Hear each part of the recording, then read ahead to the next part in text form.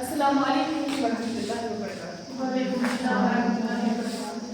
میرا نام ہے عطفہ جمشید، میں 9th کلاس میں پڑھتی ہوں اور آج میری پریزنٹیشن ہے ایک غزل کی جو کہ فیض احمد فیض کی ہے۔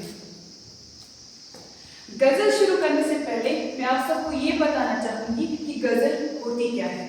یہ تو ہم سب کو پتہ ہے کہ غزل کے لغوی معنی ہے عورتوں سے باتیں کرنا یا عورتوں کے متعلق باتیں کرنا، یا اس کے علاوہ اور بھی بہت ساری انفارمیشن ہے ہمارے پاس، کیونکہ طارق سر ہر روز یہاں پر آتے ہیں اور ہر روز نئی نئی باتیں غزل کے بارے میں کہتے رہتے ہیں۔ تو میں نے سوچا کہ ہر دن ہمیں کچھ نیا کرنا چاہیے، تو میں نے سوچا کہ میں انگلش میں بتاؤں، وہی الفاظ انگلش میں کہہ دوں کہ غزل ہوتی کیا ہے۔ اس سے کیا ہوگا، دیکھیے اس سے کیا ہوگا، ایک تو ہماری لینگویج جو ہے وہ امپروو ہو جائے گی اور ہمیں نئے نئے ورڈز سیکھنے کو مل جائیں گے۔ کسی کو اعتراض تو نہیں کہ میں انگلش میں کیوں کہوں؟ کسی کو نہیں۔ ٹھیک ہے، let's start. A ghazal is a type of poem made of 2-line verses. It usually has 5 to 15 verses. A ghazal mostly talks about love, beauty, sadness or missing someone. It has a special rhyme or qafiya and a repeated word refrain called radif. In the last verse called Makta, the poet often writes his name or takallis. So this was the general introduction about ghazal. تو آئیے آگے بڑھتے ہیں۔ میری جو غزل ہے وہ ہے فیض احمد فیض کی۔ فیض احمد فیض کے بارے میں پرسوں کی تاریخ سے یہاں پہ چند الفاظ بیان کیے فیض احمد فیض کے بارے میں، تو میں نے وہ بھی انگلش میں لائے ہیں۔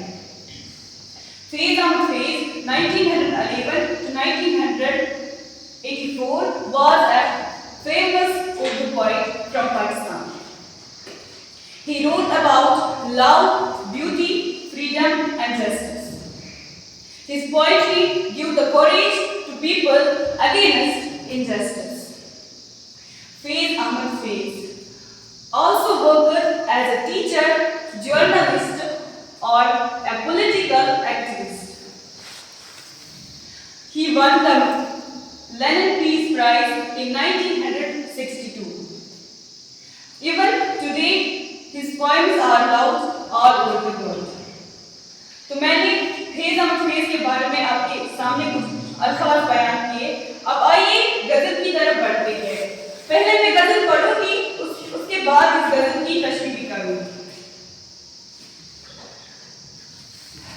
آپ بورڈ کی طرف توجہ رکھیے، میں پڑھوں گی۔ کب ٹھہرے گا درد اے دل، کب رات بسر ہوگی، سنتے تھے وہ آئیں گے، سنتے تھے سحر ہوگی، کب جان لہو ہوگی، کب اشک گوہر ہوگا، کب جان لہو ہوگی، کب اشک گوہر ہوگا، کس دن تیری شنوائی اے دیدائی کر ہوگی، کب مہکے گی فصلیں گل، کب بہکے گا مائی خانہ، کب صبح سکن ہوگی، کب شام نظر ہوگی، واعظ ہے نہ زاہد ہے، ناصح نہ قاتل ہے، اب شہر میں یاروں کی کس طرح بسر ہوگی، کب تک ابھی راہ دیکھے ایک آمد جانا نا، کب تک ابھی راہ دیکھے ایک آمد جانا نا، کب حشر معین ہے تجھ کو تو خبر ہوگی۔ تو میں نے غزل پڑھ لی ہے، اب آئیے ایک ایک کر کے ان اشعار کی تشریح کرتے ہیں۔ پہلا شعر ہے، کب ٹھہرے گا درد اے دل، کب رات بسر ہوگی، سنتے تھے وہ آئیں گے، سنتے تھے سحر ہوگی۔ شاعر یعنی فیض احمد فیض اس شعر میں فرماتے ہیں اپنے دل سے مخاطب ہو کر کہ اے میرے دل مجھے کہو کہ آخر میرا درد کب ختم ہوگا، کب میرا درد جو میں اندر ہی اندر تڑپ رہا ہوں، مجھے کہو کہ آخر میرا درد کب کم ہوگا، کب رات بسر ہوگی، یہ جو ظلم کی رات ہے آخر یہ کب ختم ہوگی۔ یہ ظلم کی رات جو ہے ختم ہونے کا نام ہی نہیں لے رہی ہے، بڑھتی جا رہی ہے، لمبی ہوتی جا رہی ہے، اور جتنی یہ لمبی ہوتی جا رہی ہے اتنا ہی میرا جو درد ہے وہ اور بڑھتا جا رہا ہے، اور بڑھتا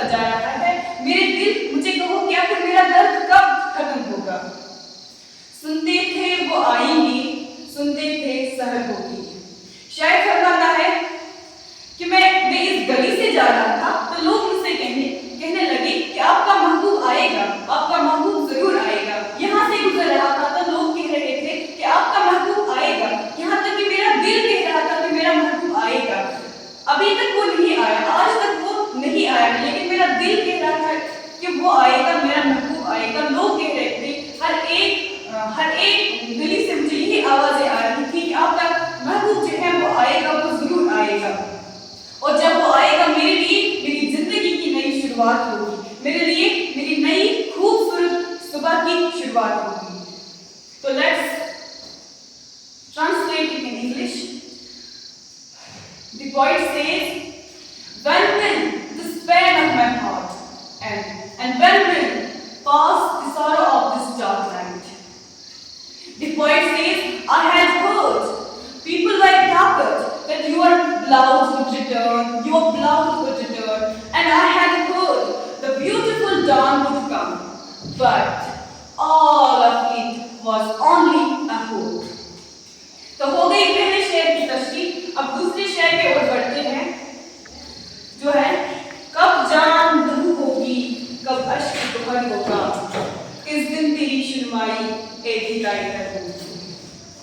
فیض احمد فیض اس شعر میں فرماتے ہیں اپنی آنسو بھری آنکھوں سے مخاطب ہو کر کہ کب میری جو جان ہے, میرے اندر جو جان ہے وہ آخر کب قربان ہو جائے گی, اور کب میری آنکھوں سے جو آنسو نکلتے ہیں وہ کب گوہر بن جائیں گے. وہ تبھی گوہر بن جائیں گے یا میری جان تبھی چلی جائے گی جب میرا محبوب میرے سامنے کھڑا ہوگا. میں وہ جذبہ برداشت ہی نہیں کر پاؤں گا اور اس کی وجہ سے میری جان چلی جائے گی, اور جو میرے آنکھوں سے آنسو ٹپکتے ہیں وہ ہیرے یا موتیوں میں تبدیل ہو جائیں گے.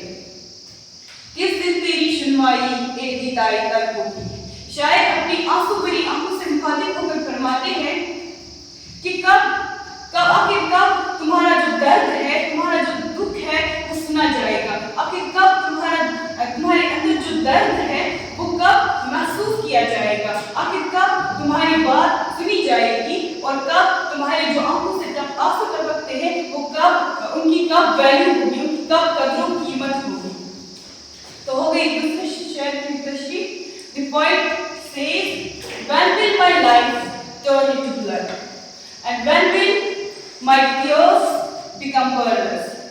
Oh, my tearful eyes, when will your sorrow be heard? And when will your tears be valued?